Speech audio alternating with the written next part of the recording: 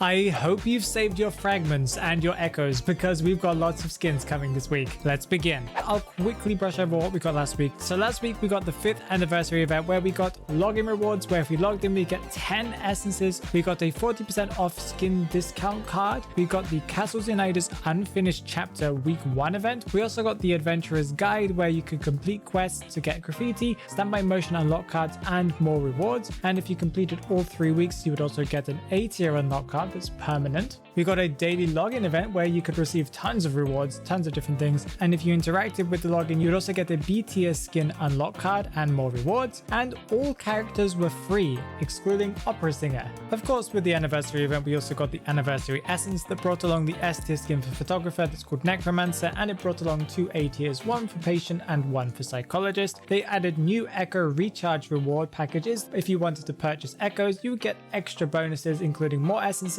and I think more echoes and stuff like that. In the store, we got 2 new accessories. We had the A tier accessory for Mercenary Shadowless and the A tier accessory for Nightwatch Iced Beverage with their cool special effects. We got a small lucky dice event to get kind of previous things that we had in previous events. We also had a redemption code on the official Identity 5 Twitter to get a special graffiti that is limited to this anniversary event, so make sure you put that code in. I believe it's on the screen right now. And the Mana Visitor Support Project was opened as well. That was not really announced many places, only in the Identity 5 Twitter as far as I could tell. If you are a new player or if you're a player that hasn't played for a very long time, you would get extra rewards including memory spheres, fragments, inspirations, and possibly character unlock cards. I'm not sure if they're permanent or not. Let's talk about what's coming this week, and we've got quite a lot. So first of all, we're getting the Bamboo Guardian event that's going to bring along, of course, the Bamboo Guardian Panda Series Doctor skin. It is an A tier skin. A lot of people have fallen in love with this skin. I do think it's quite fancy indeed. We're also seeing the return of last year's Panda Friend A tier skin for Little Girl that's coming to the shop for a limited time. I believe both of these skins are going to be Echo only. I don't believe you can buy them with fragments. I'm unsure though. You also find in the store the A tier furniture piece Panda Cradle that came along last year, I believe. That again, I think is going to be for Echoes only, but don't quote me on that. And there's a small event that you'll be able to get some stuff if you didn't get it from the previous event. They will bring along the return of the B tier pet Panda Baby, the event portrait and frame that came along with that event. And if you already own these from the previous event, you'll get a special label Panda Guardian. Apart from the Bamboo Guardian event, we're of course getting the continuation of the 5th anniversary event, bringing along week 2 of this event, and more rewards, of course, including more fragments, more clues, and all those kind of things that you guys can see within the page of the Identity 5 5th anniversary event. We'll get the continuation of the story and all of those things.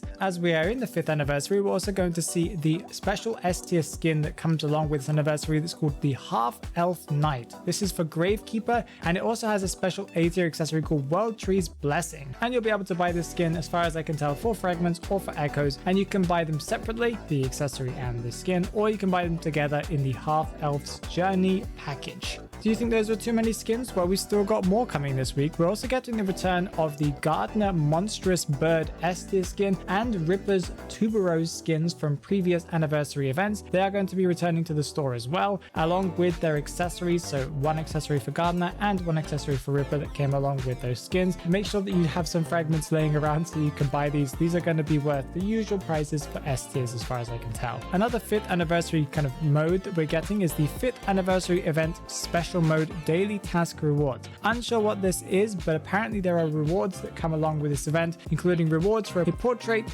frame, or possibly a graffiti, I'm unsure, and a painting that is like a furniture piece as far as I can tell that you'll be able to put in your rooms. And on the 23rd of July, we're getting Mercenary's character day. It's going to be like his 4th character day now. I think he's been around since pretty much the beginning of the game, so that's going to be very cool indeed. What can we expect from the future? Well, in the future, we're going to be getting the Danganronpa crossover that's coming in August. I believe that's going to be the next essence. And we're already getting to see the reveals of which characters are going to be played by which survivors. First of all, we've seen that Prisoner's going to be getting an A tier called Rantaro Amami. If you guys know Danganronpa V3, I'm sure you guys know this character. Toy Merchant is going to be getting an A tier skin called Miu Iruma, and Acrobat is going to be getting an A tier Kokichi Oma. By the time I release this video, they might have revealed another A tier. I'm unsure if they have or not. They'll probably put that on the Twitter, but as I'm recording this on Monday, they have only just released the Kokichi skin, something we also had last week that I didn't add into the what did we get last week because it's something that's coming out in the future, and that is Aeroplanist. Last week we got his abilities revealed. I got to test him on the test server. His abilities are very interesting, although I think he might be slightly underpowered, as is the opinion of a lot of people, but Aeroplanist is a very interesting character. He has the ability to kind of dash forwards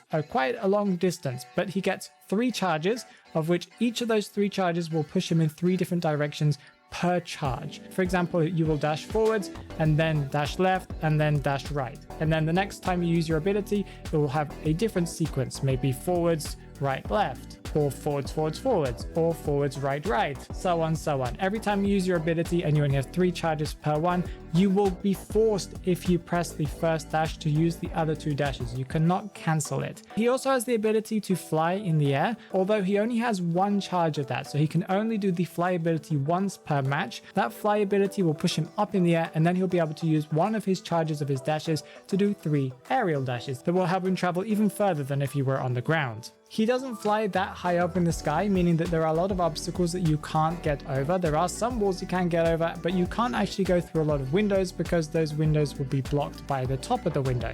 And since you can only use this fly ability once, you do need to be very careful. If there is a hunter nearby when you are taking off in the air, it does push the hunter away and interrupt any of their abilities, but that is a very minor touch. He also has the passive ability of making any cipher machine that he touches to code 2% faster permanently, and he also has a passive that makes it so his pallet dropping is 20% slower unless he has a teammate nearby. In that case, he'll actually have normal pallet dropping speed, and the hunter will be stunned 20% longer if there's somebody nearby. I expect Aeroplanist to get a bit of a buff over the next coming days, maybe in the test server and stuff like that, as he is coming out not this week but the following week. Maybe they'll give him more aerial charges, maybe they'll make it so his ability doesn't feel so gimmicky, but he's a very, very fun character to play, although just he feels like he's kind of missing something to make him very strong. And if you want to see his abilities in depth, want to see them work in different scenarios, then check out the video that's on the screen right now and you'll be able to find out more about Aeroplanist.